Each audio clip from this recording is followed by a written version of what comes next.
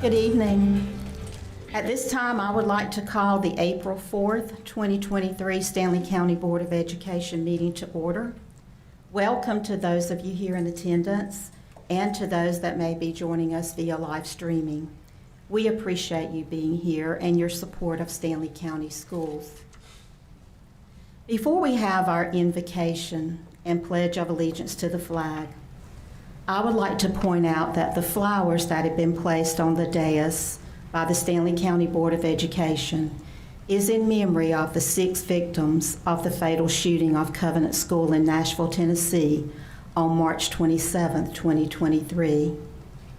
Though we did not know Evelyn Dykehouse, age 9, William Kinney, age 9, Hallie Scruggs, age 9, Catherine Kuntz, age 60, Mike Hill, age 61, and Cynthia Peak, age 61. Our hearts hurt for their families and their loved ones. It was just this past July that our board placed flowers on the dais in memory of 19 children and 2 adults that lost their lives in Uvalde, Texas school shooting. We, the Stanley County School Board, strive each and every day to provide for our students, teachers, administrators, and staff a safe and orderly and caring educational environment. We are forever thankful for all of our law enforcement officers, school resource officers, and our off-duty officers that serve to protect our school children and staff daily. We thank you. Let us pray. Dear God, we thank you for your love, your grace, and your many blessings that you give to us each day. We thank you for every seat that has been filled in this room this evening. There are many that are hurting in our communities and throughout our nation that have lost loved ones. We ask that you comfort their hurting hearts and provide peace that only you are able to give. Be with us and guide us as we enter into our meeting. Help us to be respectful of each other's input. May our hearts always be filled with grace. It's in your name we pray. Amen. Let us stand for the Pledge of Allegiance to the flag.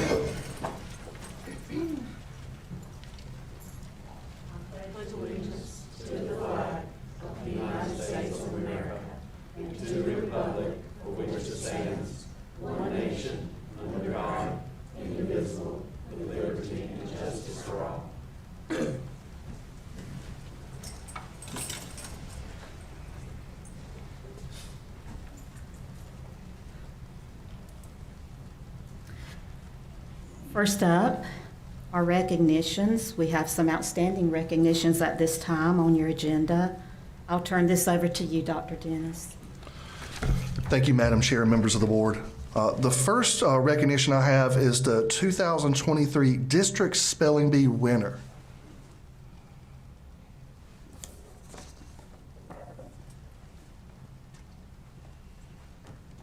Good evening, Madam Chair and members of the board. On February 2nd, 15 elementary, middle school, and elementary school spelling bee champions met right up here.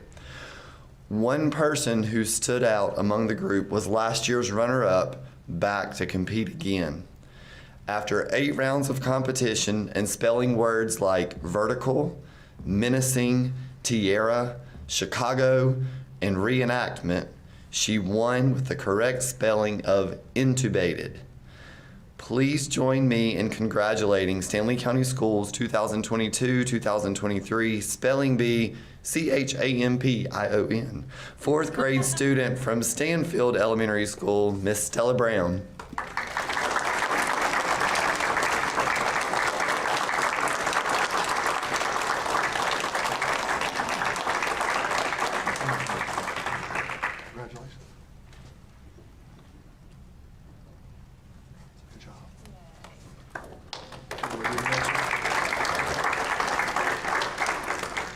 We'll look for you next year too, Stella. I'm also proud to recognize the Fine Arts Educator of the Year Award, also affectionately known as the Jim Kennedy Award, in loving memory of longtime arts advocate, teacher, and coach, Mr. James D. Kennedy. The award recognizes a fine arts teacher in the Stanley County Schools public school system who has made a significant positive impact on the arts and education, and who have inspired students to pursue, appreciate, and respect the fine arts. This year, our recipient has already been awarded last month at the Arts Council's Celebration of the Arts, but we are pleased to announce the 2023 Fine Arts Teacher of the Year, Ms. Wanda Maness, the visual arts teacher at South Stanley High School, nominated by her principal, Julian Fallon. Just a few of Ms. Fallon's comments on the nomination form include, Ms. Maness exemplifies the true meaning of an arts educator, constantly puts students first by seeing the potential each has, works tirelessly to unlock the potential she sees, and is patient throughout the learning process. Ms. Maness is encouraging to her peers and wants the best for all who come across her path. She encourages everyone, regardless of their ability. She wants each student to experience art and the wonderful sense of fulfillment that comes with being an artist.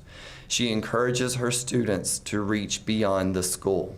Please join me in welcoming 2023 Fine Arts Teacher of the Year, Ms. Wanda Maness.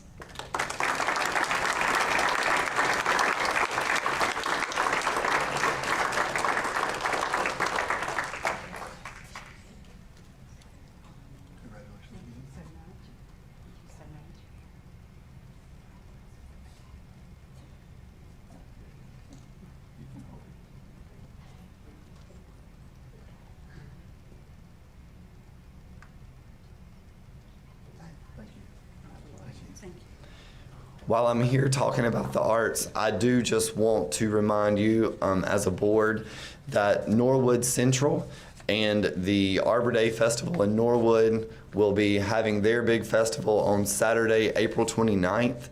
We partnered with them this year and have art all over the town. Elementary students made art out of leaves. Middle school students wrote art compositions, wrote tree compositions, and high school students wrote tree poetry. So we've got lots of art to be displayed through the month of April, and then the big event on April 29th. So come out and join us there. Thank you. Thank you. Next, I'd like to call up Miss Mandy Melton for our Skills USA regional winners.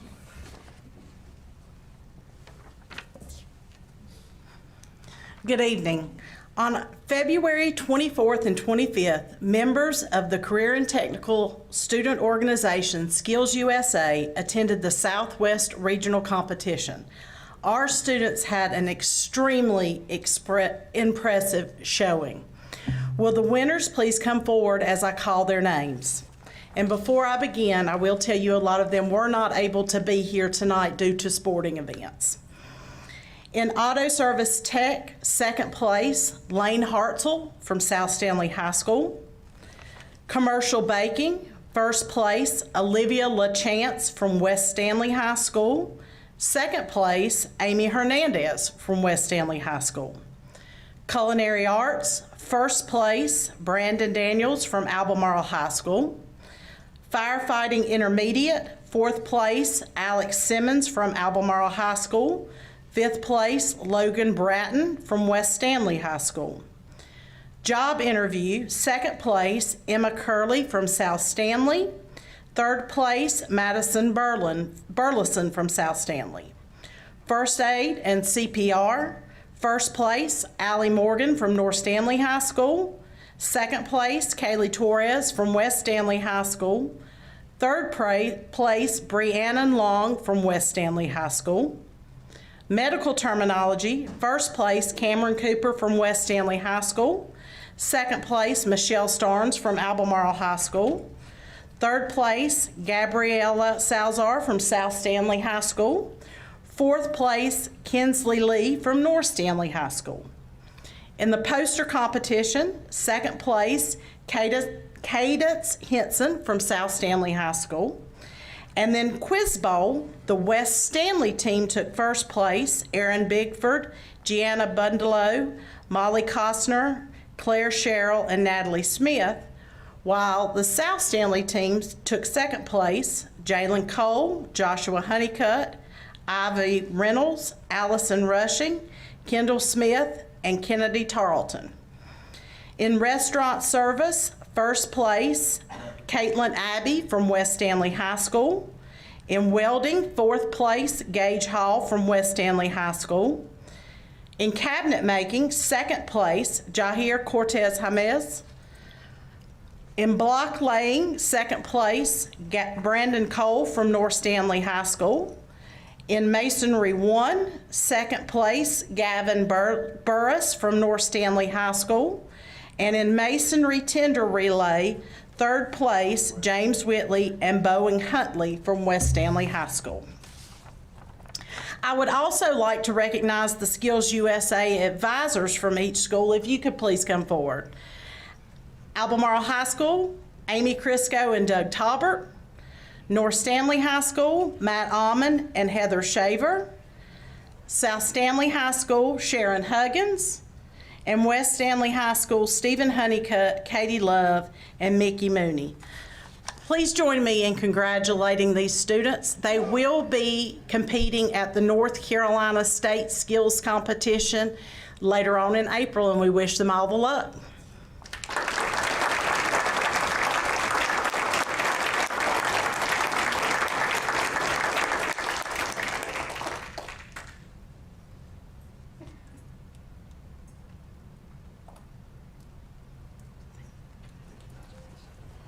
Thank you.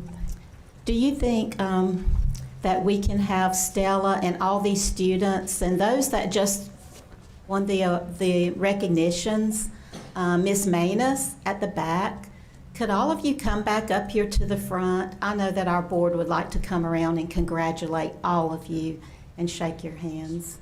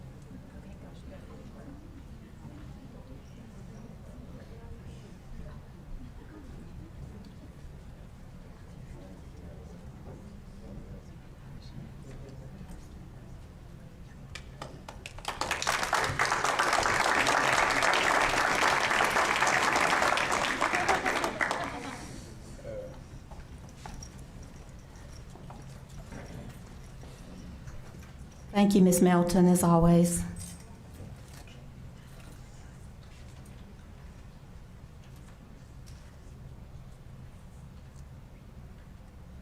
Congratulations again to all of you, and I know that we're getting ready to go into closed session, and certainly you may feel, if you would like to leave at this time, certainly you may. At this time, I would like to ask for a motion to enter into closed session for personnel matters, North Carolina General Statute 143-318.11A6, student matters, North Carolina General Statute 143-318.11A1, attorney-client matters, North Carolina General Statute 143-318.11A3, May I have a motion to go into closed session?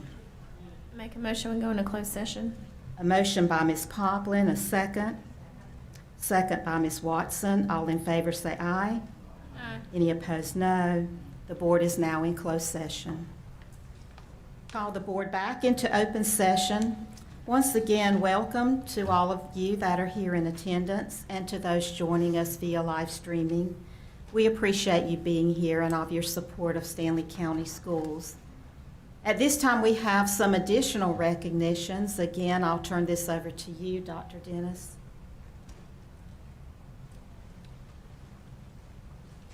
Thank you, Madam Chair and members of the board. I'm going to have Ms. Wood come up here and present our Stanley Star Awards. Good evening. Each month, Stanley County Schools will recognize 2 classified employees and 2 certified employees through the Stanley Star Award Program. This month, these employees were nominated by the principals at Central Elementary School and South Stanley High School. Employees were surprised at their respective schools by a visit from Dr. Dennis and were provided with a $25 gift card sponsored by the Nehemiah Project. We thank the Nehemiah Project for their generous donation of $1,500 to cover all awards for the year. As I call your name, please step forward to accept your certificate. From Central Elementary, the certified teacher, Christy Bryson.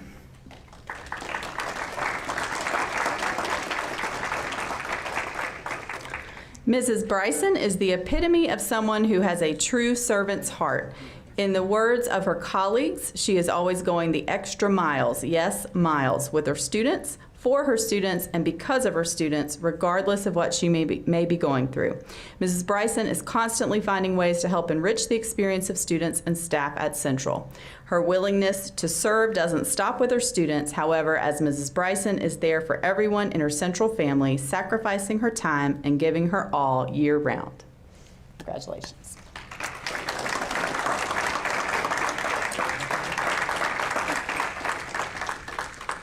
And the classified staff member from Central Elementary, Jacqueline Connor.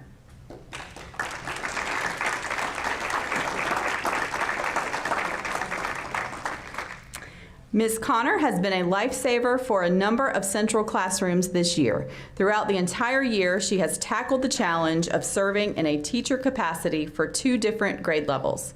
With each new responsibility, Ms. Connor effectively stepped into the position and created a classroom community maximizing teaching and learning. In transitioning to her current role, she immediately took responsibility for the class by adjusting the schedule, maximizing small group instruction with multiple adults, and brought a heightened sense of urgency and purpose overall. All of her kids love her, as well as the staff. Congratulations.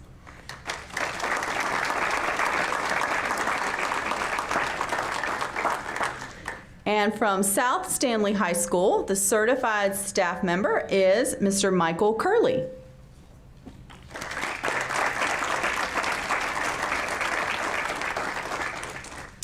Mr. Curley, an EC teacher and coach at South Stanley High School, is an educator who seeks to help each student reach beyond what they think they are capable of. He is invested in his students and the school culture at South Stanley High School. He builds positive relationships with students and families and works to prepare his students beyond high school. Congratulations.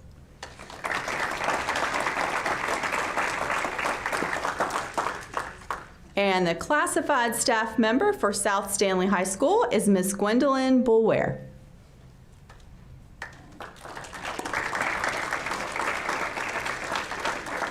Ms. Bulware is a reliable and dedicated bus driver and custodian. She treats students with respect and holds them accountable for their actions. She is always positive and is a part of why South Stanley High School is a great place for students and staff. Congratulations to all of you. Thank you.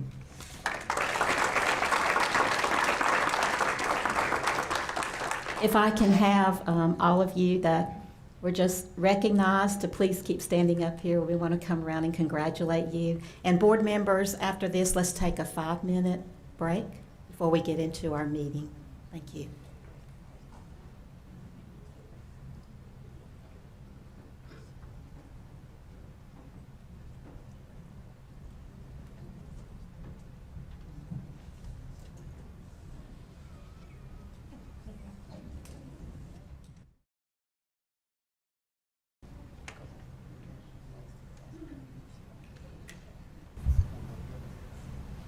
At this time, I would like to call the board back into open session after a short recess. Next on the agenda is public comments.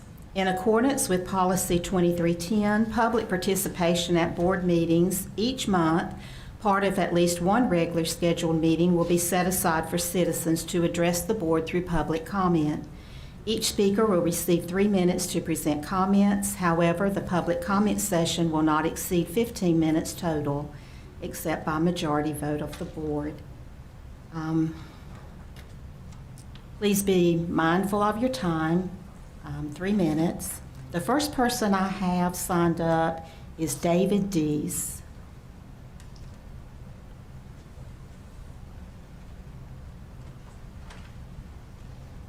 Welcome, Mr. Dees. Thank you.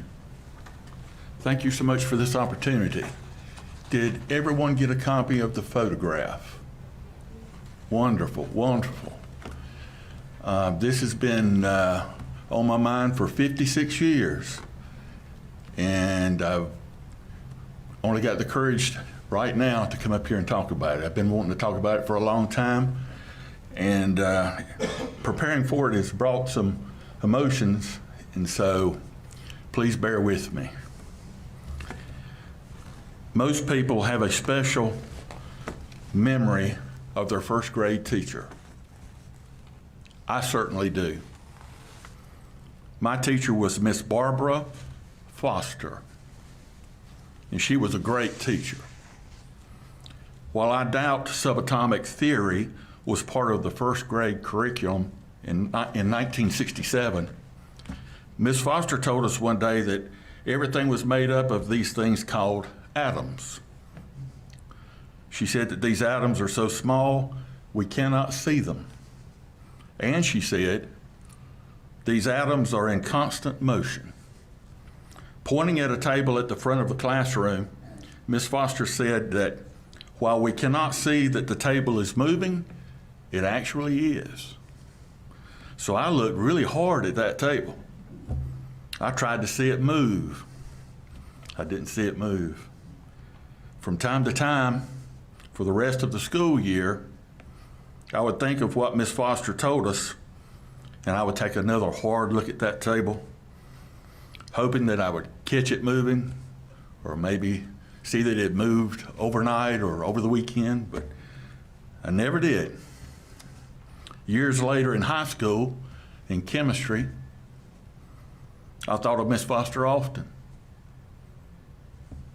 I thought of her often. While I was fascinated by atoms, that was not Miss Foster's most enduring lesson. That lesson came on the very first day of class, on an August day in 1967. You see, it was on that day that Miss Foster became the first black teacher at Norwood Elementary. While I was too young to know it at the time, there had been talk in the community that there might be trouble at the school if a black teacher tried to teach white kids. My mother drove me to the school that morning. After parking the car, she took me by the hand and led me across the street toward the front door. As we approached the front door, we passed a group of 4 white men who were talking loudly. My mother stopped.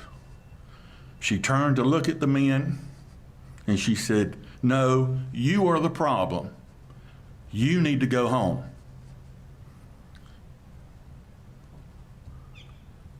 Once inside, we found the classroom, and we were greeted by Miss Foster. When my mother and many of the other students' mothers stayed in the classroom, the 5-year-old me assumed, well, that's just the way it is. That's normal. So as Miss Foster called the class to order and began her instruction, there were mothers standing around the 4 walls of that classroom, just watching and listening. Many years later, I asked my mother why they had stayed. She told me about the rumors of the possible trouble at school, and she added, the devil himself could not have interrupted that class that day. Despite the stressful situation, Ms. Foster conducted our classroom professionally that day and for the rest of the year, as if nothing was wrong, always putting the educations of her students first. Simply put, Ms. Foster is the most courageous person I've ever known.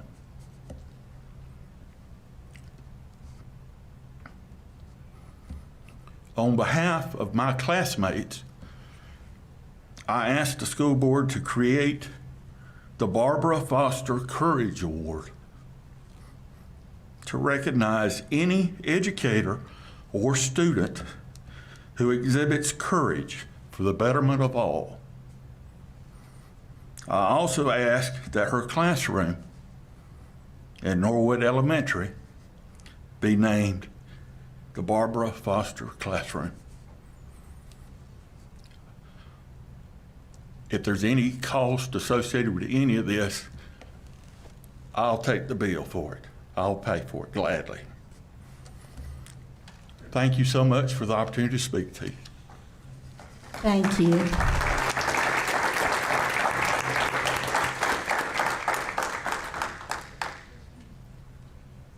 Miss Amy Blake Lewis, I'm going to ask that someone here be in touch with Mr. Dees. And maybe I've got his information here in your cabinet, whatever, y'all can speak about it. That was touching, Mr. Dees, extremely touching, and I thank you for that. Next, I have Mr. Scotty Hagler.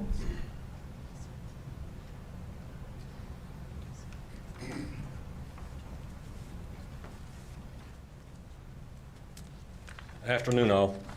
It's going to be hard to follow that up. I regret now letting him go first when we come in the door and sign up, but I'm coming from you from North Main, Richfield. I'm sure you're familiar. I know Miss Hope is, wherever she got to, is very familiar with it, but you should have a letter here from another resident here on Main Street, but I just want to come. Y'all hear complaints. She's heard me complain. I want to come tell you thank you.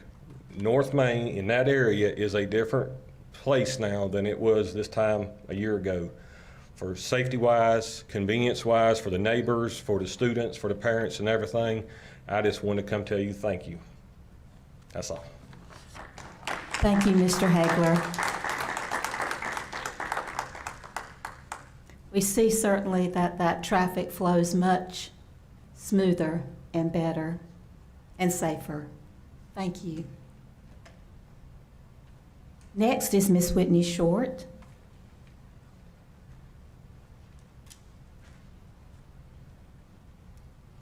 Welcome, Miss Short. Thank you. All right. I would like to do something for you that you haven't done for Bus 91 in 6 months. I'm going to take you to school. The definition of a pirate is a person who robs or commits violence at sea. A privateer is a lawful pirate authorized by their government to attack or pillage ships. In this metaphor, my county is my ship, the citizens would be the captains, and you would be the pirates. You have robbed us of our voice and our trust, and you have weakened our school systems. You've ignored our cries for help, and you have stolen a valuable resource from our children, school transportation.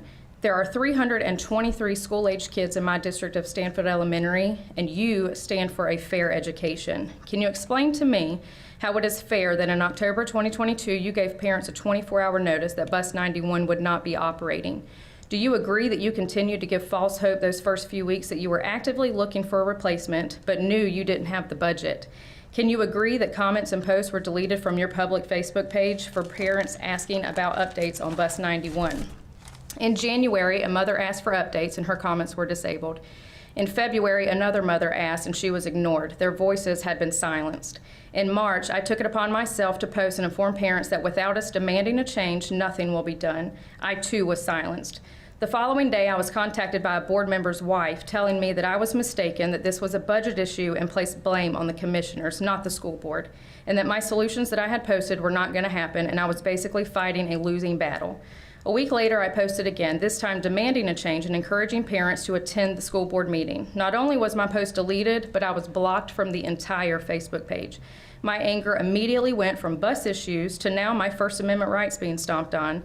I immediately began making phone calls to the Board of Transportation. I emailed every commissioner, Channel 9, Sheriff's Department, Board of Elections, and posted on every single Stanley County Facebook page that I could find.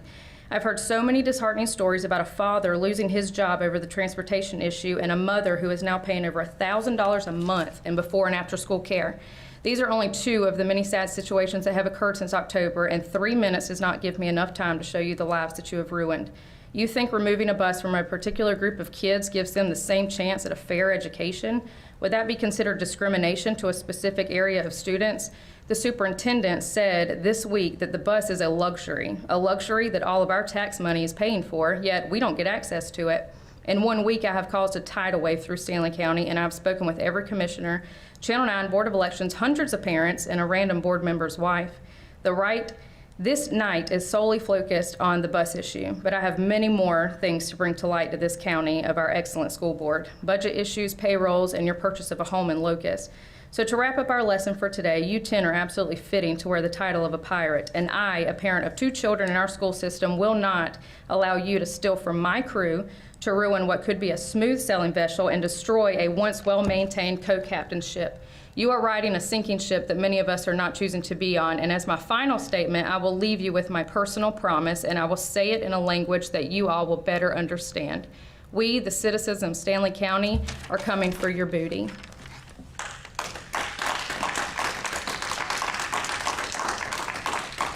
Thank you, Ms. Short. The next person is Ms. Morgan Perez.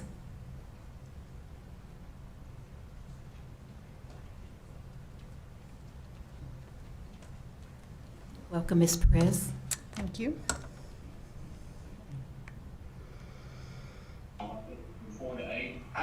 Before, when we had to close it out on stream, but Indy was the worst. We had an exclusion rate of 70% in Indy at one time. I'll say I probably should have closed that school before I could, but somehow they keep holding it together. But going back to what you said, that probably wasn't the best thing, because even trying to hold it together, we were burning out teachers and and quality instruction. And quality instruction. There was no instruction in some places. That was a clip from the Stanley County Schools Board of Education work session on February 2nd, 2022. From the clip that you just heard, this is a direct quote from Dr. Dennis. Indy was the worst. We had an exclusion rate of 70% at Indy at one time, and I should have closed that school before I could. Somehow they kept holding it together, but that probably wasn't the best thing, because even when they tried to hold it together, we were burning out teachers, and the quality of instruction, there was no instruction. You all are talking about COVID at Indy Elementary School during the time that I kept my son home. Because I thought it was safest to keep him home, the principal had me criminally charged with truancy and expelled my son from his class and school. The required process and steps were not taken. My son had 16 unexcused absences at the time of my criminal truancy charge. After receiving countywide attendance and truancy data from SCS, I found that there were 1,000 other students who had the same or many more unexcused absences as my son, and the district only had 9 truancy charges. Can any of you honestly say that you believe that there is nothing wrong with this inconsistency involving criminal truancy charges? Could someone please explain that? Please help me and the public to understand the process and your responsibilities as SCS BOE members when a person comes to you with a serious and legitimate concern. I would like to know why there are people who come and speak at these meetings month after month about the same topics.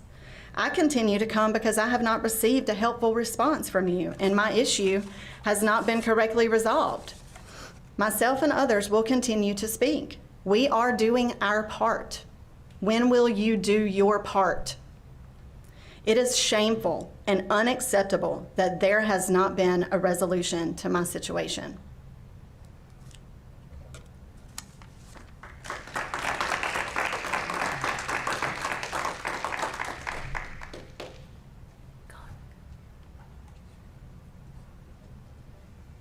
Mr. Perez, I would like to address your present and past statements with a simple statement. For months now, you have been addressing the board during public comment, which is your right to do so, and we appreciate you doing that. During your comments, you continue to make false claims and accusations and blatant omission of pertinent facts surrounding your situation. You ask for answers and questions in public, knowing we cannot comment. You also redact or sample information sent to you by the district and post it on your social media. FERPA is designed to protect your child's educational rights. The same laws that protect your child are the ones you are hiding behind when you make your erroneous statements. You have been provided with at least 2 copies of a FERPA disclosure agreement that will let the school district tell the complete story and provide evidences that will refute your claims and shine an accurate light on your situation. You have yet to produce a signed copy of this agreement, knowing that by doing so, the district does not have to remain silent any longer. As I've said before, we appreciate you coming to public comment, but if you refuse to sign the document, please quit omitting or fabricating information that would cast a different light on this situation. Thank you. Thank you. The next person is Ms. Thorns, Ms. Annette Thorns.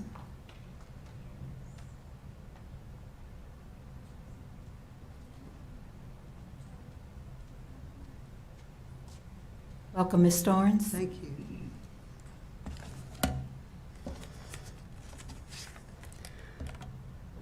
Why did the superintendent allow the Indy principal to have a family unfairly, criminally charged with truancy? The superintendent allowed the Indy principal to pick and choose this family for a criminal truancy charge.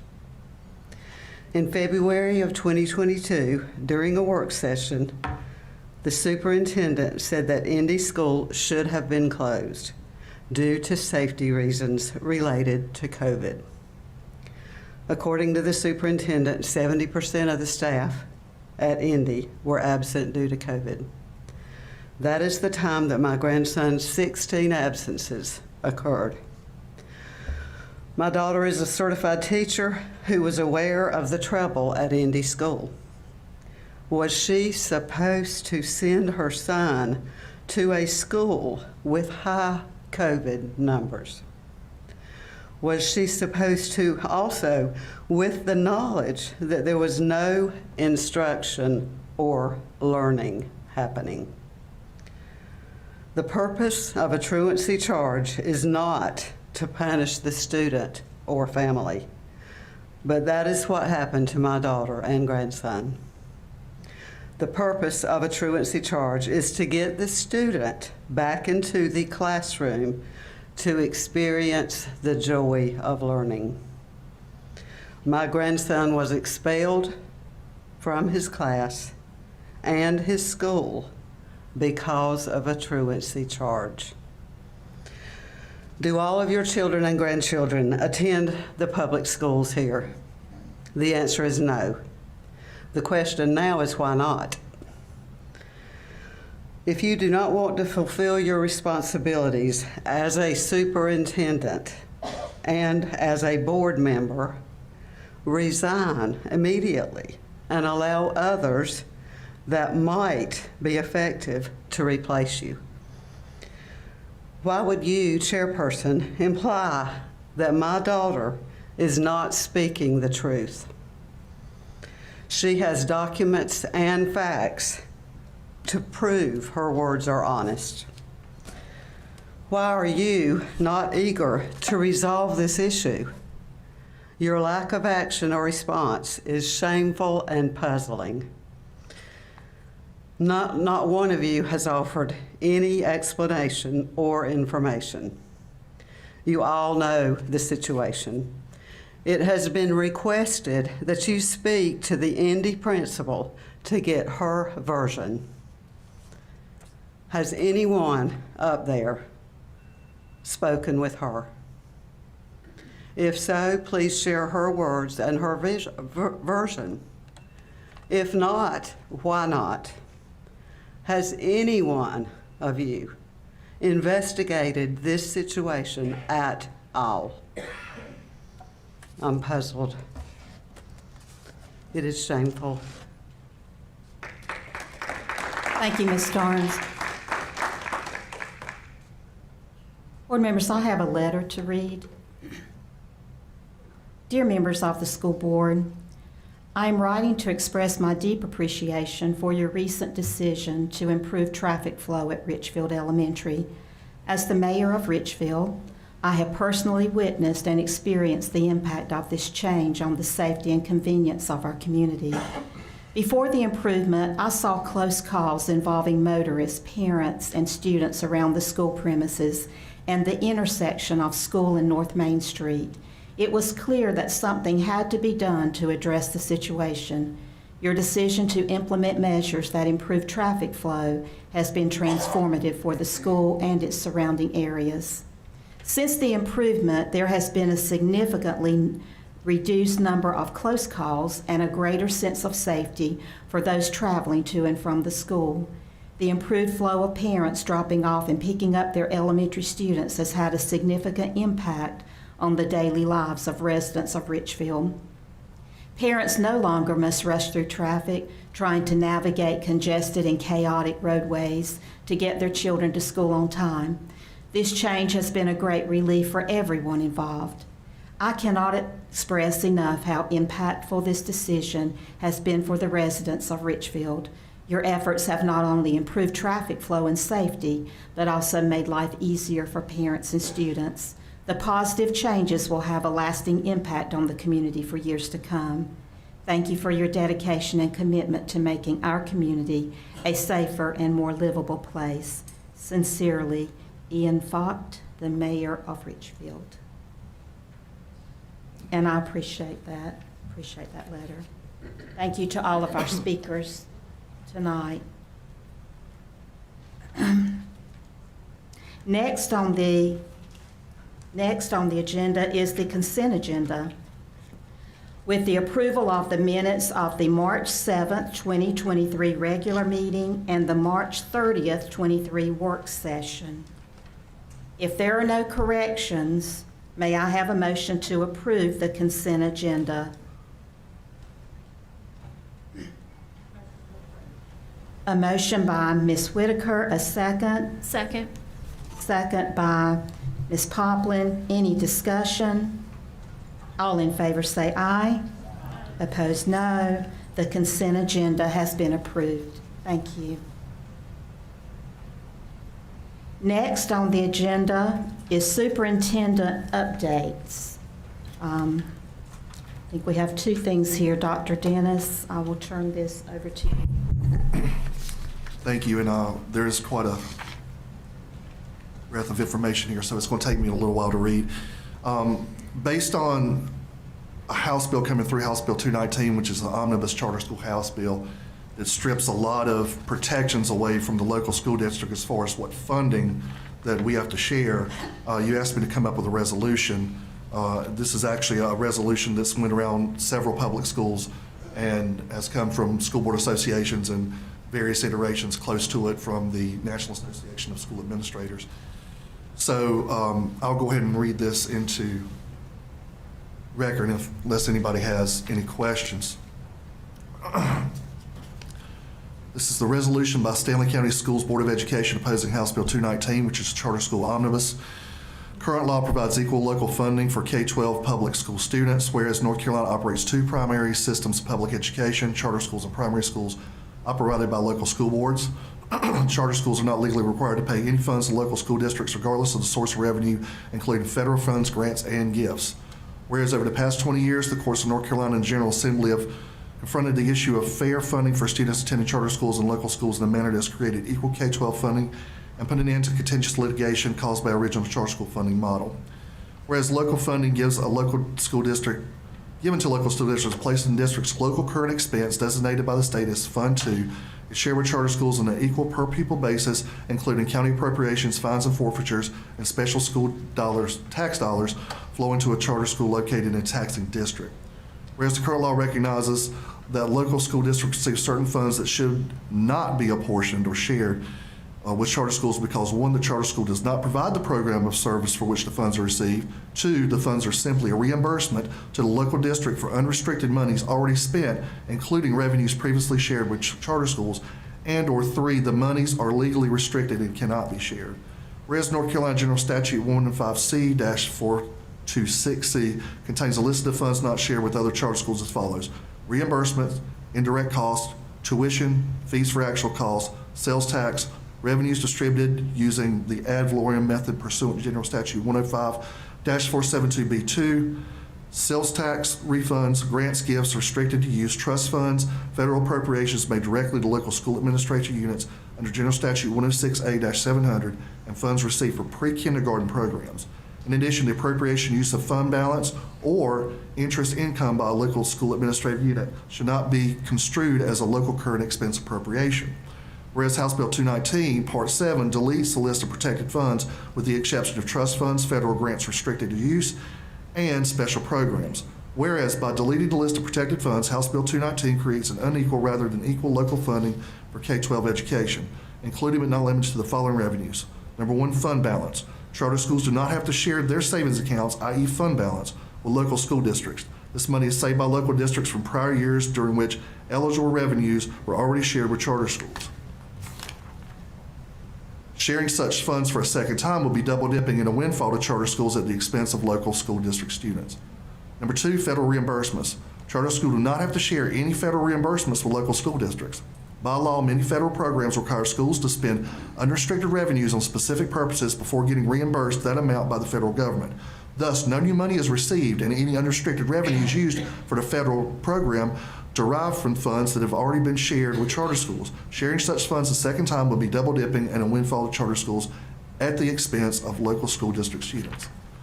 Number 3, pre-K classroom funds. Charter schools can apply for these funds directly, and they do not share them with the local school district. By law, NC pre-K dollars and Smart Start dollars cannot be given to charter schools directly by a local school district. Thus, if HB 219 passes, school districts will be forced to use even more unrestricted local dollars to pay charter schools a proportionate share of these funds, resulting in charter school students getting a higher amount of K-12 dollars simply because the local school district chose to assist the community by operating one or more pre-K classrooms. Sharing such funds a second time would be double dipping and a windfall to charter schools at the expense of local school district students. Tuition and fees for actual costs. If a charter school chooses to allow public use of its facilities, operate a summer program, before school program, or after school program, it can charge fees that are not shared with the local school district. Local school districts charge such fees to cover the additional cost of facility use and/or extra programming because these activities are beyond the normal operating costs for K-12 education. Sharing such funds will be a windfall to the charter school at the expense of local school district students. And number 5, sales tax refunds. Charter schools are reimbursed 100% of state and local sales tax monies they pay and do not have to share the funds with local school districts. Local school districts only receive a reimbursement of local sales tax amounts paid by the school district. This is another reimbursement. Sharing such funds for a second time would be a double dipping and windfall to charter schools at the expense of local school district students. Whereas if HB 219 passes, the total financial impact on Stanley County schools and lost K-12 operating funding based on the fiscal year 2022-23 will be substantial. Whereas if HB 219 passes, the total financial impact to all local school districts could expand significantly over time and lead to egregious results based on future increases in charter school enrollments of both in-person and virtual school students. And whereas HB 219 contains other provisions that will cause uncertainty and encourage future litigation in a currently well-settled area of the law, such as the current law prohibiting supplemental school tax dollars from leaving the district appropriated by voters. Now, therefore, it be resolved that the Stanley County Schools Board of Education opposes House Bill 219 and favors the current law that fairly and equally apportions local funding. Be it further resolved that the chair and superintendent are authorized to disseminate the resolution to members of the North Carolina General Assembly and Governor, and number 2, the board encourages parents, students, and other community members to contact their North Carolina legislators to oppose House Bill 219. Adopted by the Stanley County Board of Education this 4th day of April 2023. Thank you. I know, board members, that we've been alerted about this charter school omnibus bill for quite some time, and we've had discussion about it in our work session. Now, Dr. Dennis, is this done? Do I have to have any approval here by board members? Yes, you do have to vote to approve. Okay. Yes, ma'am. So, knowing that we have discussed this, knowing that Dr. Dennis has read this for us. What is the pleasure of the board to the resolution of the Stanley County School Board's Education opposing House Bill 219? I'll move to approve the resolution. Okay, I have a motion to approve the resolution opposing House Bill 219 by Mr. Lisk. A second. I have a second by Ms. Watson. Is there any discussion?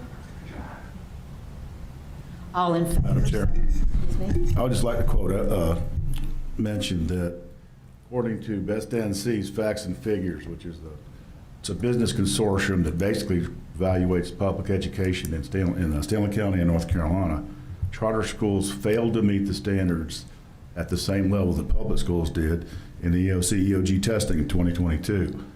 They're basically what the legislature is asking us to do is give them more money to fail more frequently. That's what I feel like. So I'm fully in support of this resolution. And taking money away from our public schools. Okay, I have a motion. I have a second. Who was that second by? Ms. Watson. All in favor, say aye. Any opposed, no. Okay, the resolution by the Stanley County School Boards of Education opposing House Bill 219 has passed. Dr. Dennis, once this is signed, will this be sent immediately to our representative, Wayne Sasser? And Carl Ford, yes. And Carl Ford. Okay, thank you. And you were up again. I am. In our last work session, I was asked to put together a legislative agenda, which is common for districts to kind of pass on to their representatives what their, of course, agenda is, without saying it again, but especially areas they want to focus on, or maybe if there's bills coming through that they want it addressed a certain way. So I've put together the Stanley County Schools legislative agenda. I do have to make one correction, just put the year on there for 2013. Yes, ma'am. I'm excuse 2023. Yeah, I know. That's what's wrong with me. We're reading too much.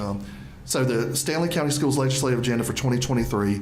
The first part is the heading is recruit and retain a high-quality workforce, and under that is the reinstate pay for advanced degrees, which we know was removed. We're talking about master's pay especially. Restore longevity pay for teachers. Increase teacher salaries to the national average and pay improvement for all school personnel. Remove the retiree's wait period and reinstate retirement insurance. And the reason we want the wait period taken back is because, of course, the teacher shortage. Try to help with that. And expand the Teaching Fellows program to include all education majors. And whereas the Teaching Fellows program, you go to school, and if you work so many years in the teaching or the educational field as a teacher, your education's paid for. We'd like to expand that to people, all who want to be teachers. Under second headings, flexibility. Stanley County Schools would like to have the same local school board flexibility as charter schools. Examples include funding and calendar flexibility and flexibility in teacher licensure. The third area is school construction capital. The first bullet is statewide construction bonds for new school construction and renovations with funds distributed equitably. They want transparency in programs used to fund capital projects and less restriction on our lottery funding. Next, number 4, school safety. And under school safety, board has to fully fund school resource officers in every school and more funding for security equipment and weapons detection systems. Number 5, the school performance grade and accountability. The board would like a larger focus on growth than it does proficiency. Other school quality metrics should be included instead of just proficiency and growth, and private schools receiving school vouchers should also be included in school accountability models. And number 6, public school funding. Fully fund the class size mandates for kindergarten through 3rd grade. Flexibility in allotments to include funding for long-term substitutes and contracted services. Increase funding for support staff. Increase per pupil funding to the national average. Fully fund needs of students with disabilities. Equitable low wealth funding to compete with wealthier districts' local supplements.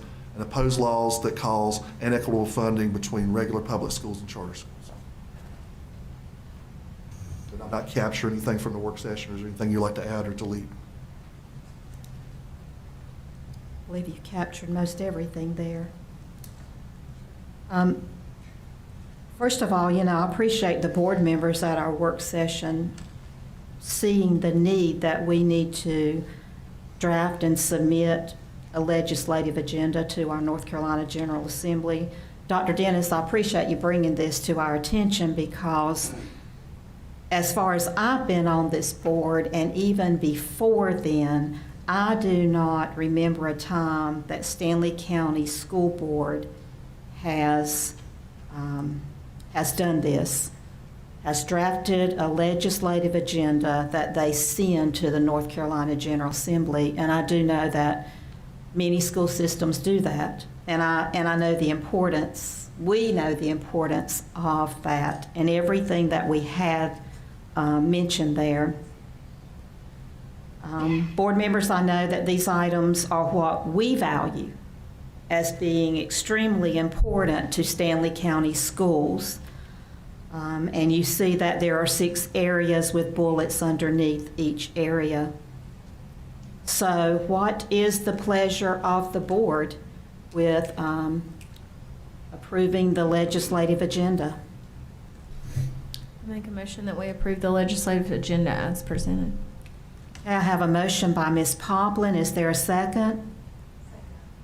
I have a second by Ms. Whitaker. Any discussion, board members? All in favor say aye. Aye. Any opposed, no. The Stanley County Schools legislative agenda has been approved. Again, thank you, Dr. Dennis, for this. And then, again, you're sending this right away to Representative Sasser and our whole General Assembly? Yeah, well, I'll send it to Senator Ford and Wayne Sasser that represent us. Okay. Yes. Okay. Thank you. But it will also be posted on the website. Great. Thank you. Next on your agenda, we have committee reports. Facilities, Ms. Carla Poplin. Thank you. Our Facilities and Finance Committee met jointly on March 29th, since we're working very closely together, and those committee members are the same. But I did want to start out tonight by just debunking a few things that some of us have gotten calls and emails about in the last, I'll say, couple of weeks. We have no intention of closing East Elementary School. I'm not sure where that came from exactly. And frankly, no intention of closing any school at this time. Nothing has been talked about as far as that goes. So I just want to kind of clear that up. And then as far as committee report, for the Facilities Committee, a lot of what we talked about was finance. I'm going to let Mr. Liss comment on that, but we are just moving forward with the ND project and getting some plans drawn up for that to take a look at. Thank you. Thank you. Mr. Lisk, I think you'll follow right into that then with finance. Yep, thank you, Madam Chair. So we did the joint meeting, finance and facilities. This time of year, we're typically working on our budget request to the county commissioners. Again, the priority is teacher supplements, higher pay, classified pay scale. Give you an idea of what the classified pay scale is. That's county paid bus drivers, custodians, non-certified, non-instructional personnel. We're going to ask roughly $1.3 million over last year. Again, about every line item is the same except for in our teacher and classified pay scale. If you recall, last budget season, this board approved out of our committee and then the full board, we took our teachers. They were receiving a flat dollar monthly supplement from the county. So the state pays a teacher a salary, doesn't matter which county you're in, but the more money a county has, the more that they can recruit that employee over, and we're bordered by Union, Cabarrus, and Rowan County. I'll give you an idea of what that means. Cabarrus County pays more than twice our supplement. Union County is nearly double our supplement. And Montgomery County, which is a Tier 2 county school system, just as we are, pays about a quarter more than we do. I went over some of the, and Rowan is about the same at a quarter more. So it's very hard to compete with teachers.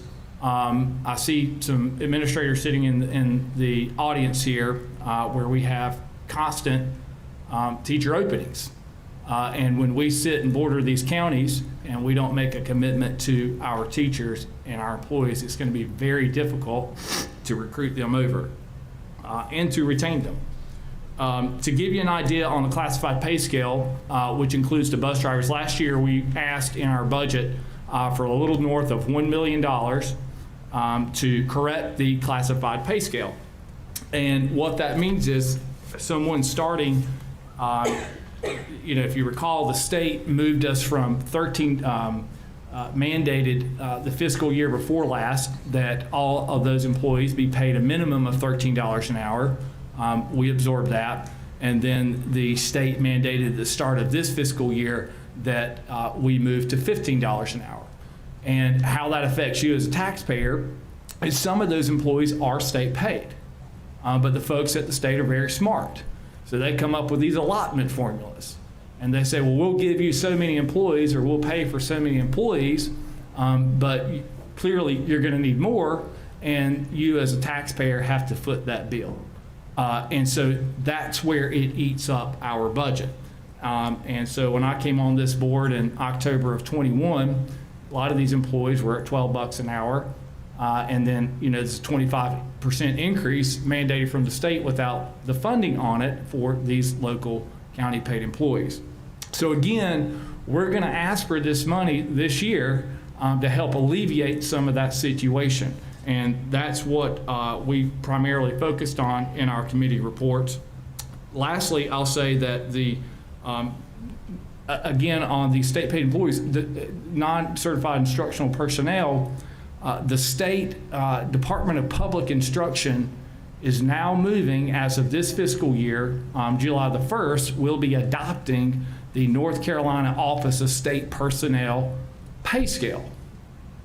So here we go again. In this next fiscal year, those state employees, you're a bus driver, you're a custodian, and you're paid by the state, you're now going to get these higher raises. All right, but again, we only get an allotment formula from the state. We don't get everyone paid for. So in order to operate the system at the minimal level that we have it, we've got to pay for employees out of our local dollars. So in order to keep those employees come the fiscal year, you're going to have to pay them the same. They're doing the same job. So that's where you see the rise in the cost in the budget. The school board and the finance committee can only make decisions within the budget that we are allocated. Again, we're not a taxing authority. This finance committee is funded primarily in the school system, and this board has to make decisions primarily on funding from the state and from our local tax dollars. And if you listened to any of the meetings back in January, I kind of went over some of those numbers. Now, I'll say we're having good conversations with our county commissioners. They have a very tough job. We have a couple in the back here, and they do very well, and it's a tough job sitting in that role because you have to raise revenue as costs go up. But again, we as a school board have a fiduciary obligation to our students, to our families, to our system to make sure that we're asking for what is needed to run efficiently and effectively. Thank you. Thank you, Mr. Liz. Instructional program, Mr. Sorensen. No report. Thank you. Marketing and community engagement, Ms. Watson. No report. Ms. Smith is still at Richfield, but hopefully she'll be coming back to the county office soon. Soon. We'll have a meeting. Thank you. Thank you. Policy, Ms. Whitaker. I do have something.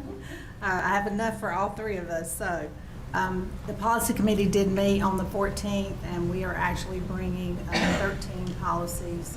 I'm going to read those off for you. They are in your packet. Attached to that is also a copy of the policy that will show you the changes that were made. These will also be available online if anyone would like to see what changes we are bringing forward. They are policy 3200R, selection of instructional materials, policy 3210, parental inspection, audit, and objection to instructional materials, policy 5015, school volunteers, policy 5028, automated external defibrillators, 7305, professional standards of conduct and performance for teachers, 7306, professional standards of conduct and performance for administrators, policy 7540, volunteer shared leave, policy 8000, fiscal goals, 8100, budget planning and adoption, 8110, budget resolution, 8210, grant and funding for special projects, 8220, gifts and bequests, 8230, penalties, fines, and forfeitures. We are asking for these to be tabled for 30 days. Thank you. So all of you have that in your packet to look over, and then at the next meeting for approval. Thank you, Ms. Whitaker. Safety and security, Dr. Leffler. Thank you.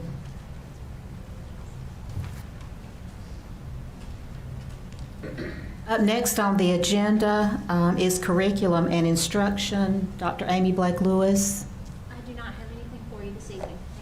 Thank you. Auxiliary services, Mr. Terry Dudney.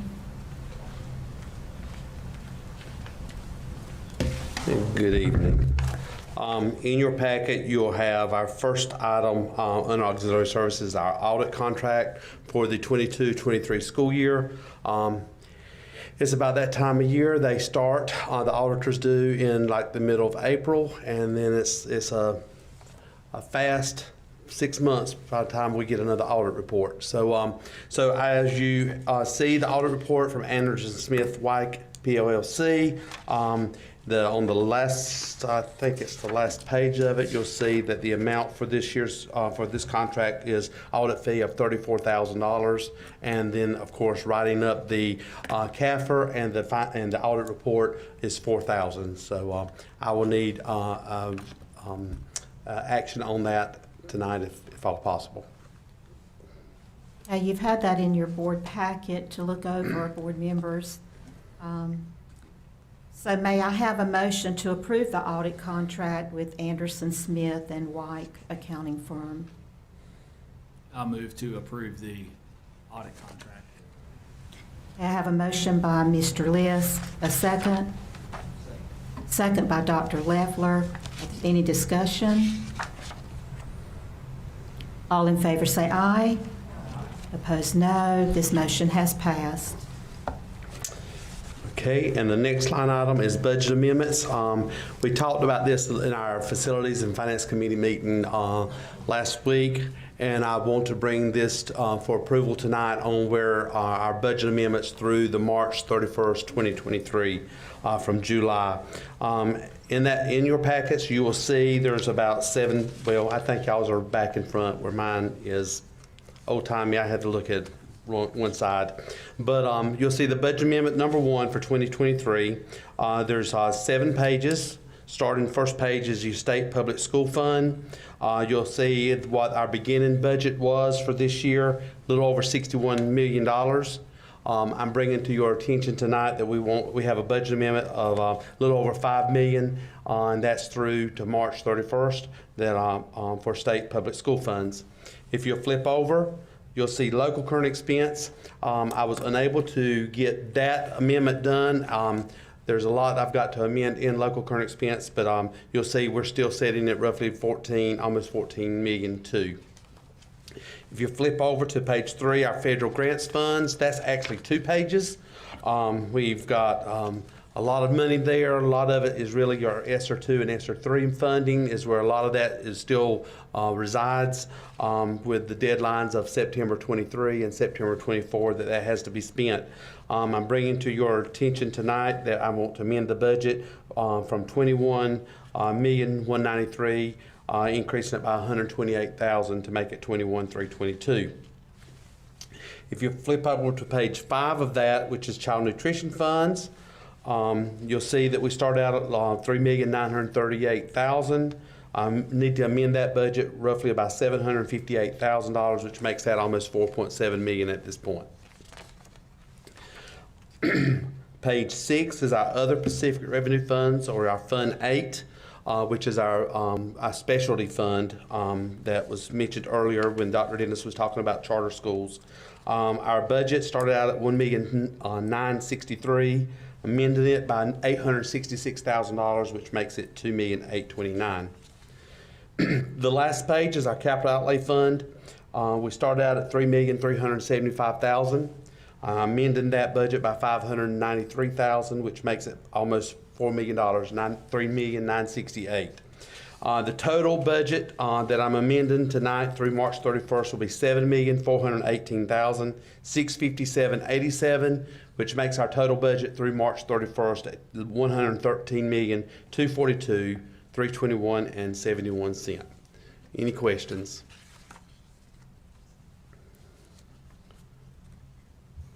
Okay, board members, do you have questions for Mr. Dudney? Okay, I need to have a motion to approve this budget amendment 1. And this is all together, right? Yes, ma'am. Okay. Okay, a motion, please, to approve budget amendment 1. I move to approve budget amendment 1. Okay, a motion by Mr. Lisk, a second. Second by Ms. Whitaker. Any discussion?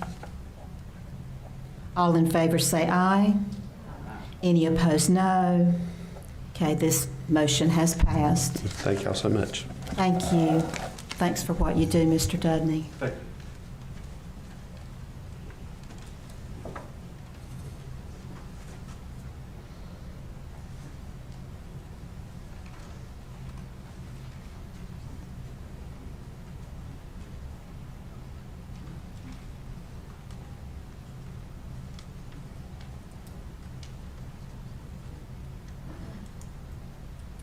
Next on the agenda is superintendent comments.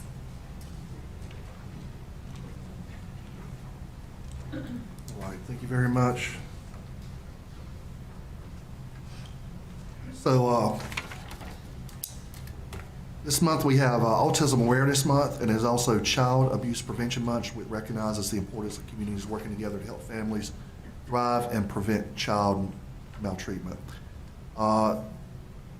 April 4th to 8th is Assistant Principal Week, and it honors and recognizes the contributions of assistant principals to the success of students in our schools. So if you see an assistant principal, thank them for what they do. And April 4th is National School Librarian Day, or now they're called media specialists. And, you know, we just want to thank them for what they do with working with our students. April 22nd, there's some Earth Day campaigns. You'll see some stuff at some different schools that, you know, that follow with that. And April 26th, a very important day, Administrative Professional Day, recognizes and celebrates the work of secretaries, administrative assistants, and other personnel for their contributions. Of course, Good Friday would be observed on the 7th. We have spring break for students and staff, April 10th to the 14th. Just a couple other things I want to bring up. I was able to present at a national conference today at the Rural Summit. It was in Charlotte. We had a presentation. It was myself, it was Ms. Pennington, and Sam McGinnis, who is over some programs for Atrium Levine's Children's Center. And essentially what it was about was we talked with different people from around the United States, from rural areas, about how we're trying to use creative ways to get resources for our kids that either are hard for us to afford, you know, or they're scarce. And one in particular that we do is the telehealth, and that's how for students who do not have primary care physicians, we're able to, you know, of course with the parent's permission, if they're not feeling well or something like that, instead of them clogging up an emergency room, the parent can say, well, we'll just use a telehealth method, and they have a person that helps put the diagnostics and everything to the child, and you know, there's a physician on the other end to help diagnose, and that's usually, you know, that's usually sicknesses, illnesses, and things that you wouldn't go straight to an emergency room for. Because what I learned too is there was a large persistence of people using the emergency room as their primary physician, and it was clogging up resources. And then once we moved to this, there was a 37% reduction in the area And if you know anything, statistically, when you put in models such as that, that's quite an improvement. So that's the gist of what we talked about. It went really well. And I want to also say that I was able to attend the job fair that was put on by Human Resources this past Saturday at Locust Elementary, and it was outstanding, a great job, a better turnout than I thought, and I hope we're able to get some teachers from that. But it was put together well. All of our teachers and our schools come out and they put out, really nice tables and setups, and I was really impressed and just wanted to thank them in public for that. And, as far as I was talking with my team earlier, I'm going to segue into something else they wanted me to kind of mention and I wanted to bring up, is that when it comes to jobs, and I implore anyone watching this or anyone out in the audience, if you know people who, it could be yourself, it could be family, it could be friends, who are willing to at least help part-time in either child nutrition or a bus driver, please have them come see us. Those are two of the areas that we're having the biggest difficulty in, and they're two very important areas. I'm not saying any other area is important than the other, but they are for children's success. And if so, we've kind of expedited some of our hiring processes to get them in place quicker. But if you knew anyone who wants to go into child nutrition, even if it's not full-time, or even if you just want to drive a morning or an afternoon bus route, please have them reach out to us. Thank you. Thank you. It's interesting that, you talked about speaking for conference. I know Ms. Poplin and I are in that North Carolina government class, and every time that we're there, even if we're doing a virtual class or whatever, they are always recognizing Stanley County schools as the school system that you look at for what's being done all the way across the board. And I know Ms. Poplin and I just, of course, we just smile and all because it's such a great compliment. But I wanted to say that to you, Dr. Dennis, and others of you here at the county office. You really are getting recognized across the state when we are there with these other county, whether it's commissioners, we are with school board members from across different counties, mayors. It's really complimentary. Thank you. Ms. Poplin, I'm going to call on you. Well, I'm going to start with just to add a comment to what Dr. Dennis was talking about with telehealth. I've been able to kind of see how that works with some teachers, going in and putting in appointments, and I think that's great that kids can get a brief little checkup without having to, actually don't even really have to leave school most of the time. And our staff can actually do it. Yeah, and our staff, I know, unfortunately, with some of the pink eye situation, we have had some staff use the telehealth resource. Joys of summertime and those kind of things. But this month is Autism Awareness Month, and having a son with autism, I just want to take a moment to personally thank our EC director, EC staff, teachers, assistants, anybody that works in that realm of education. Just appreciate all that you do for those students and children. I want to congratulate all of our award winners tonight, Spelling Bee, teachers, anyone that was recognized tonight, our award. And I want to take a moment to thank our local legislators. I know we've got some stuff we're sending out, but I appreciate some of our other commissioner members back there hanging with us for the whole meeting. So thank you guys for coming out tonight. And I would be amiss if I didn't mention school safety and SROs tonight after the happenings of the last few weeks. Want to appreciate everything that Ms. Flo and her team has done to get as many officers in as many schools as possible each day. I know we're struggling to find folks to fill those positions, so as Dr. Dennis mentioned the others, I'll have a shameless plug for anyone that wants to become a school SRO officer. please call Ms. Flo or the Sheriff's Department or the City Police Department, I guess, and apply for those. We are diligently looking for those officers. But a huge thank you to those that are in our schools and those guys that are back here tonight. So thank you for being here tonight. That's all I have. Thank you. Thank you, Ms. Poplin. Mr. Lisk. Thank you, Madam Chair. We've got some community input sessions coming up that goes over the 5-year strategic plan. I'm just shout out a few dates here. April 20th will be held at North Stanley Middle School. These are all from 6 to 7 p.m. April 27th at Albemarle Middle School. May the 4th at South Stanley Middle School, and May the 11th at West Stanley Middle School. We also have, and I kind of echo Carla's comment that, our legislatures, our county, our school board, we may not all agree on every issue, but I do feel like all entities are working together, communicating. Sometimes they are tough discussions, but we do have a joint commissioner and school board meeting come up on May the 10th. That's at 4 o'clock, I believe, here in this room here. That's right. Yep. That's a Wednesday, May the 10th. And I'll just, Mr. Dudney, I know you had mentioned something about the ESSER funding. That always seems to come up in our financial report. Just to kind of clarify what that is, that's federal funding. And that federal funding is highly restricted.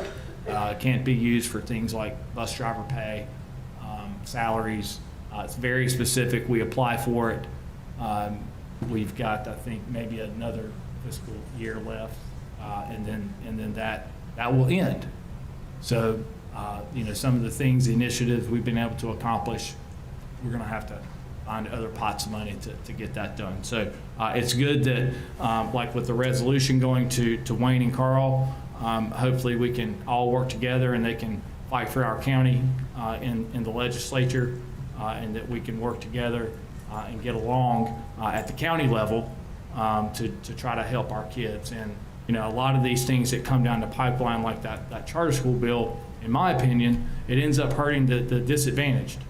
So those who can afford it can find their way to a choice school. Those who can't afford it, tough luck. And that's not what I'm going to vote for, and that's not what I'm going to stand for. So I hope that you reach out to your legislators. Public school is very important to me. Without public school, I couldn't have gotten where I was at, nor could my parents have afforded any sort of private school. Thank you. Thank you, Mr. Lisk. Ms. Whitaker. Thank you, Madam Chair. I would like to thank those who took the time to come and speak tonight. Whether you're concerned or you're unhappy about something that's going on in our system right now, or if you just came to talk to us about something positive, we do appreciate you taking the time to come. I'd especially like to thank Mr. Dees for coming. His first grade teacher, Barbara Foster, she is definitely proof that one teacher can have a positive impact on one student. So I loved his story, and I appreciate him coming and speaking tonight. I liked his ideas too. I do hope that that's something we will be able to do. Also, if you're not familiar with House Bill 219, I know Dr. Dennis read our resolution, but I encourage you to go online and do some research about this bill. If it does pass, it will be detrimental to our system. So I do encourage you to take the time to go and read that. It is a hard job sitting up here. We appreciate you reaching out to us. I tell people all the time, we don't know what we don't know. So I appreciate you taking the time to call or to send emails. I am concerned when we get emails and they are, I don't even know what word I want to use, not the kindest emails. And they belittle this board when I know how hard this board works. And I do take resentment in that. So, but I do encourage you to reach out, to continue to reach out. That's what we're here for. And we're here to help. But we need you to, to reach out to us, to share your issues and your concerns. And I assure you, this board puts in a lot of hours, and we work really hard We know that there's a bus driver shortage. It is not just our county, it is every county surrounding us, and it is the state of North Carolina. My husband works in transportation. I tell this board, I live, eat, sleep, breathe transportation 24 hours a day, 7 days a week. And I'm serious when I say that. But what he hears me say all the time is that it doesn't matter if we have teachers in the classroom. If we can't get our students there, it doesn't matter. So we are working hard to try to get bus drivers approved.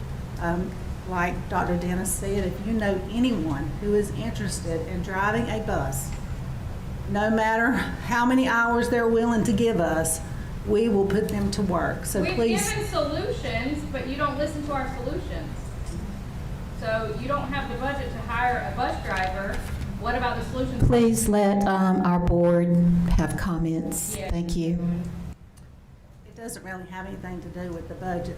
The money is there. What it has to do with is that we are not able to pay an hourly rate that is comparable to surrounding counties. That is something we are working really hard at. We are working really hard with our county commissioners. We are working hard to foster that relationship with them, and that we will continue to get additional funding, local funding from them in order to be able to see an increase in those salaries for our hourly employees. I hope you all have a great Easter and really remember what Easter is. It's not just a spring break, although we all enjoyed having that time off. I ask you just to celebrate that and the reason that it stands for. Thank you, Ms. Whitaker. Mr. Sorensen. Thank you, Madam Chair. I had planned on speaking to something else during my comments tonight, but the Barbara Foster story, that hit me right where I live. That to have a gentleman probably as old as me, which is old as dirt, to come in here and sing praises to a teacher, and then have two other teachers that I know personally stand in front of us. There's magic still happening in our schools. It happened in Norwood in 1967. Well, it's happening at South Stanley, it's happening at Albemarle, it's happening at West Stanley, and it's in all of our schools. And I just wanted to point out that when I talk about magic, it's not about test scores, although we are doing better. Stanley County is doing better. It's about affecting a child's life forever, okay? And I'm sitting there and I had to think back to there was two teachers that kept me from becoming the biggest bum in the state of North Carolina at Albemarle. One was at the middle school back then and one was at the high school. Miss Westerland taught me to never settle for doing enough. Do what you can do. And Sam Burris kicked me in the butt just about every day and said, get busy, life happens so quick. This is 40 plus years ago, they affected me. Mike Curley and Wanda Manus both are not just teachers, they're affecting kids for the rest of their lives. And I can tell you for a fact, they're saving lives.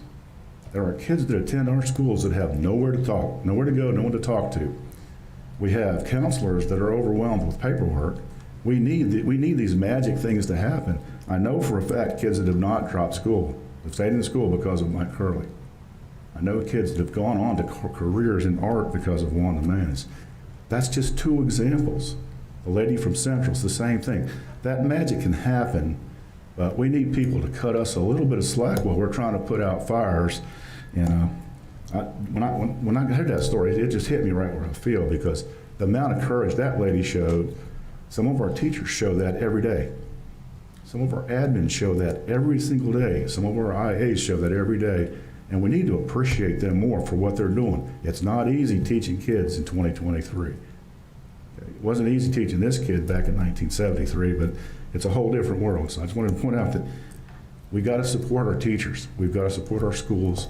And if you have questions or concerns, there's a couple ways you can get answers. Our board minutes are available online. Anything that's been discussed in open session is available online, or you can ask, okay? And I will say this to Madam Chair and the rest of this board. There's only one Uncle Fester in this family, and it's me. We do what we're supposed to do. When we have closed sessions, those are the things you're not allowed to hear about. There's only 3 things that we talk about, only 3. There's no backdoor deals or anything. We talk about student matters, which are protected by federal law. We talk about employee matters, which are protected by federal law. And on rare occasion, we talk about legal issues that are affected by litigation. So the rumors flying around this week had me just giggling. I mean, some of the things that are being said about closing this school, closing that school, turning one school into a Nazi boot camp or something. I don't remember exactly what it was. Ask us, or look at the board minutes. It's all there, okay? But I do want to say that I think we should really do something with that Miss Foster thing. That is a monumental time in history, and she showed the courage that I'm not sure I could have. I agree, Mr. Sorensen, that Mr. Dees just touched my heart. He truly did. Ms. Watson. I think Mr. Dees touched all of our hearts, because that's what we see every day for good teachers. We love our teachers. I want to congratulate everyone that was here tonight that got awards. I think it's very nice that we do that and love our teachers. But I think some people out there don't know what we do. And I'm going to read you off what I've done for the last 2 months. February 1st, I went to Aquadale to read. February 2nd, I went to the district spelling bee at the county office here. February 7th, I went to an instructional meeting. February 8th, I toured Ridgecrest School with some of our boards. February 10th, I went with Ms. Melissa Smith to see some students. February 22nd, I had computer training. February 24th, I went to Airmont High School for mentor meeting that I have talked about for a long time, that I would like to see in all of our schools, our high schools, so that some of the students are just a little bit behind and they need just a little bit of push and someone to be there to say, you can do this, you can do this, and we appreciate what you're doing and we love you and all that kind of thing. Then February 28th, I went to Airmont High School. It was pre-pro and be proud. It was a tractors. He had a tractor, a truck in front of it, and he had a big, back at the back, and all those simulators in there for our students to see what they could do whenever they graduate. It was a tractor trailer. He was driving down the road, and he hit a sign, and he said, "Whoops, I hit that, but it's not important because it's not real." And so the people that do our electricity, linemen, they had that, all kinds of things. And then he opened up, he had a TV like this, and he said, "Students, this is where you could go to school," at all the schools that they could go to, and all the things that you could do without going to a four-year college. And he had an application right there. He said, if you want to, sign up, you sign up right now, and they'll be calling you next week. So it's really good that we have things like that, and I think next year they're going to be at the I can't even think right now. That's what happens when you get older, Vicki.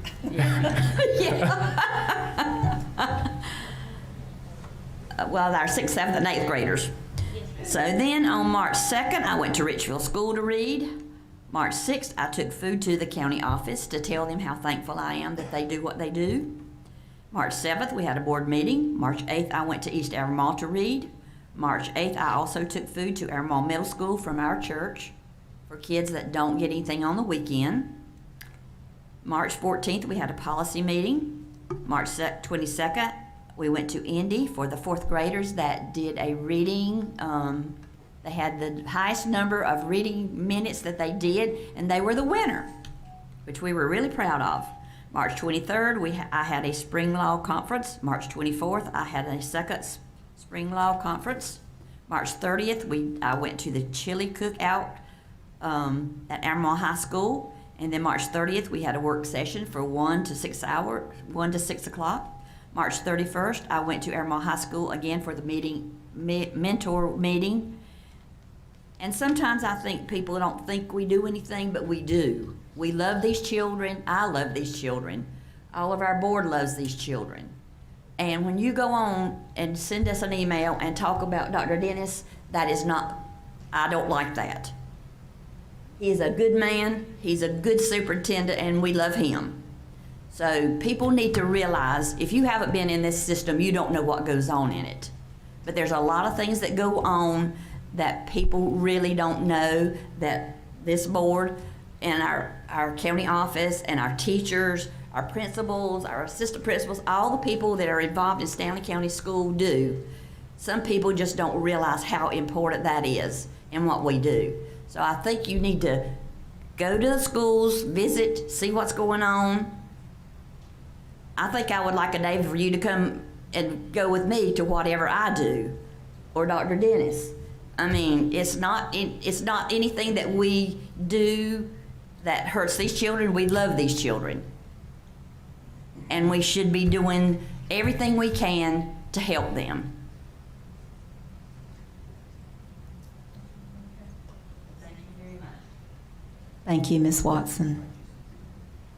You certainly do a lot. Our calendars are always full. Yes, some of us do work. Yeah. But it is always so much fun to be in the schools, definitely. Dr. Leffler. It's great, all the awards that were handed out, and everybody was, they really deserved what they got, and they do a lot for our students and our schools. The thing I wanted to bring up is kind of a countrywide problem we got. We've had this bus issue probably for 1.5 years now, and I don't know how many calls I've made to the office finding out, questioning how many bus drivers do we have, how many are we short. Well, we really can't fill them if we don't have the people to put in the places. And if you look at our country now, I don't know what's happened since COVID, because we don't have enough policemen, we don't have enough nurses, we don't have enough teachers, we don't have enough teacher assistants, we don't have enough doctors, we don't have enough plumbers, electricians, and bus drivers. I don't know where everybody's disappeared to, but we don't have enough of anything.